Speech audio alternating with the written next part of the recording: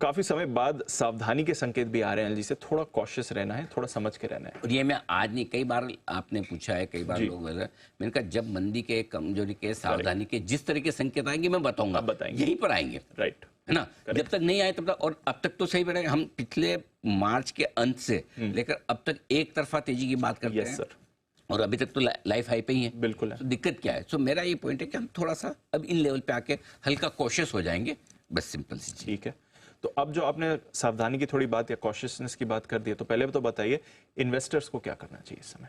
Investor को एक काम करना है सबसे पहला, और वो ये कि नई खरीदारी नहीं करना है। Okay, no fresh buying. Got it, clear है? ठीक है, no fresh buying till budget. 2 दिन 3 दिन नहीं, 2 दिन 3 दिन भाई, 2-3 दिन में बहुत सारे घंटे, बहुत सारे मिनट और बहुत सारे बहुत कुछ हो सकता है, बहुत कुछ होता है। तो हम अब जो भी करना होगा बजट की बात करेंगे। ठीक है, हो सकता है बजट के बाद थोड़ा मार्केट बढ़ जाए, 200-400 पर छोड़ देंगे, कोई दिक्कत नहीं। कहाँ छोड़ना है वो हमें पता है, राइट। हमने 22,000 पे नहीं छोड़ा, 23 पे नहीं छोड़ा, 24 पे नहीं छोड़ा, 24,500 पे नहीं छोड़ा, अब आके छोड़ेंगे। अब क्योंकि हमारे सारे टारगेट जो जो इच्छा थी दिल में देखने की इस साल के लिए, वो लगभग सारी, मैं 24,837 आज है, 24,900 के आसपास है। It is as good as 25,000। कोई अपन क्रिकेट तो खेल नहीं रहे कि 99 पे सेंचुरी नहीं और 100 पे सेंचुरी है। मेरे लिए 24,850 और 24,900 भी 25,000 है। मैं एग्जैक्ट 25,000 टच होगा तभी बोलूंगा 25,000 हो गया, मैं ऐसा नहीं मानता, मेरे लिए हो गया। जब मेरे सारे टारगेट आ गए तो अब मैं फ्रेश खरीदारी की राय नहीं देता, नहीं देता।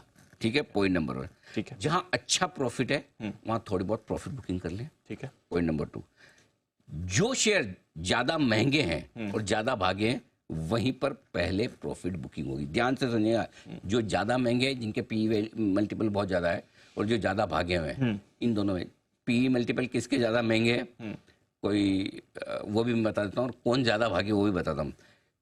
तो ऐसे में गिरने वाले में कौन आगे रहेंगे? जो ज्यादा महंगे। कौन से हैं ज्यादा महंगे? MNC, capital good share. Yes, capital good, जो कोई क्यूमिंस, कोई सीमेंस, कोई एबीबी। कैपिटल गुड शेयर में खुद इनके प्रमोटरों ने जिंदगी में नहीं सोचा कभी हम 80-100 के मल्टीपल पर ट्रेड करेंगे। हाँ, तो ये ज्यादा भागे, ज्यादा पी वाले महंगे कैपिटल गुड शेयर हैं। ठीक है, ठीक है। इनके अलावा मेटल और बैंक गिरने में ये आगे रहेंगे। अच्छा, मेटल और बैंक नहीं हाथ लगाना। ठीक है, सिंपल सी चीज है ना, ये 2 चीजों से दूर रहना। और तीसरा, हाई पी मल्टीपल वाले कैसे?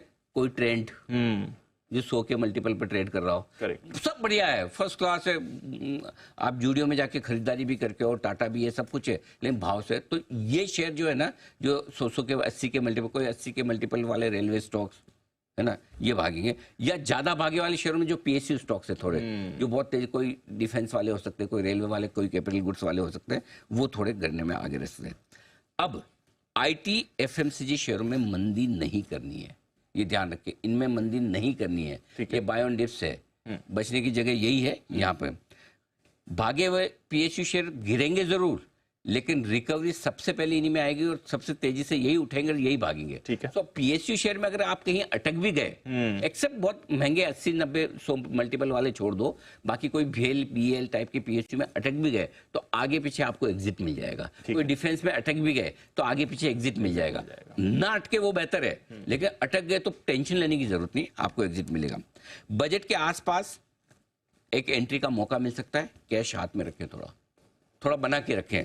और वो बजट से पहले मिलेगा, बजट के बाद मिलेगा, बजट के दिन मिलेगा, नहीं पता, लेकिन मिलेगा एक मौका वहां पर।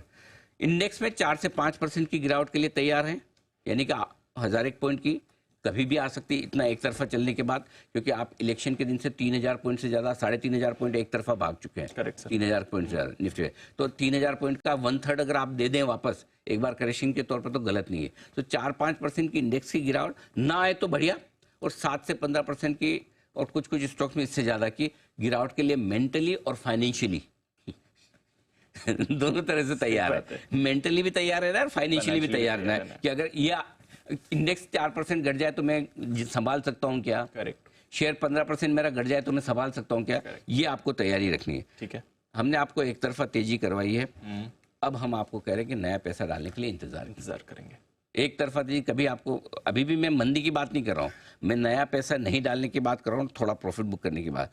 लेकिन इसमें एक और इंटरेस्टिंग चीज है जो समझनी जरूरी इन्वेस्टर्स को। इन्वेस्टर्स भी आजकल है ना, 7 दिन का पैसा लगाने वाले भी अपने आप को इन्वेस्टर समझते हैं। Correct sir. है ना।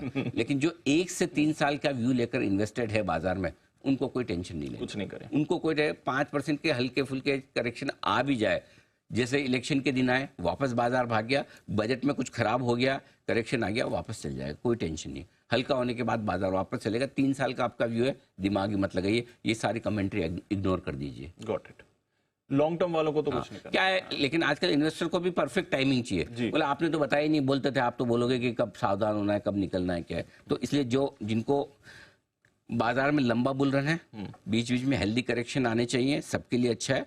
जो बजट के आसपास आ सकता है, तो इन्वेस्टर्स के लिए मैं पूरी क्लियर कट स्ट्रेटेजी दे सकता हूँ। जो 2, 4, 3, 6 महीने के या 2, 4, 5%, 7% को देखना चाहते हैं, उनके लिए ये स्ट्रेटेजी है। जिनका 1 से 3 साल का व्यू है, इग्नोर।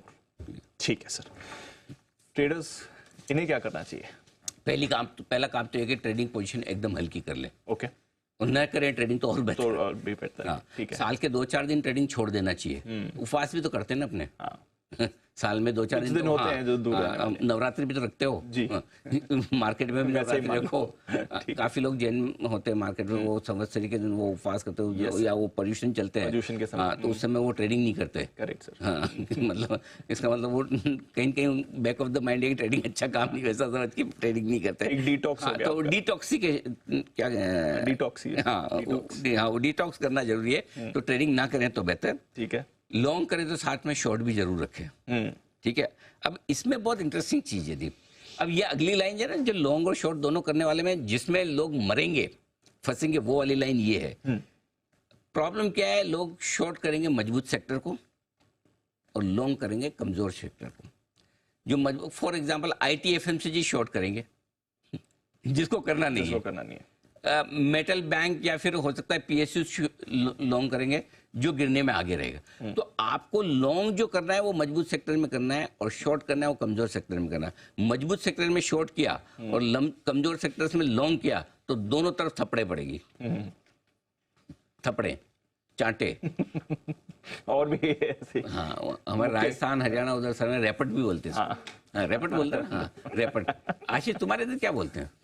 सर झापड़ यहाँ मुंबई में बोलते हैं। झापड़ नहीं, मुंबई नहीं है वो, तुम्हारे उधर उत्तर प्रदेश में चमाट। चमाट तो छोटी सी है। थप्पड़, हाँ, ऐसा कोई बड़ा। हाँ, बहुत सारे वर्ड्स हैं। जो भी आपको पसंद हो वो समझ जाओ बस। वही पड़ेगा। ठीक है, जो सबसे ज्यादा ना पसंद हो पड़ेगा। इसलिए ये ध्यान रखना कि इस समय सबसे ज्यादा जरूरी है रिस्क मैनेजमेंट। एक्टिविटी एकदम कम कर ले, एकदम कम कर ले। 2-4 दिन शांति से मार्केट को देखिए, कोई नहीं, बजट के बाद अपन मूड बनाएंगे। जितने हल्के रहेंगे पैसे बनने के चांस उतने ज्यादा। ठीक है। जितनी पोजीशन के साथ, पोजीशन दोनों तरफ की, लॉन्ग शॉर्ट दोनों में आपके लिए रिस्क है। और ज्यादातर चूंकि लोग लॉन्ग रहते हैं रिटेल में, इसलिए मैं लॉन्ग के हिसाब से ज्यादा आपको बता रहा हूँ। ठीक है, गॉट इट। चलिए, पूरा बहुत दिनों बाद वैसे काफी समय बाद थोड़ा कॉशियसनेस का मूड। तो ये मतलब कॉशियस 2 वजह से, एक मार्केट बहुत भागे हुए हैं, 2 आपके सामने बड़ी इवेंट है। राइट। तो इनके पहले एक आपको थोड़ा हल्का रहना है, रिस्क मैनेजमेंट कर लेना है, बस और कुछ नहीं। ठीक है सर। आज की स्ट्रैटेजी की फिर बात। न लंबा बुल रन खत्म हुआ है जी, न कोई इसमें क्वेश्चन मार्क है। बीच बीच में जो हल्की फुल्की, जो वो कहते हैं ना कि हाईवे पे एकदम से आपका स्पीड ब्रेकर आता है। राइट। आपको पता था कि यार ये गांव आ रहा है, स्पीड ब्रेकर तो आएगा, लेकिन फिर भी आपने स्पीड कम नहीं की ना, फिर आपको झटका लगेगा। मेरे को तो पता तो था करना था, लेकिन भूल गया। इसलिए याद दिलाना मेरा काम। आइए।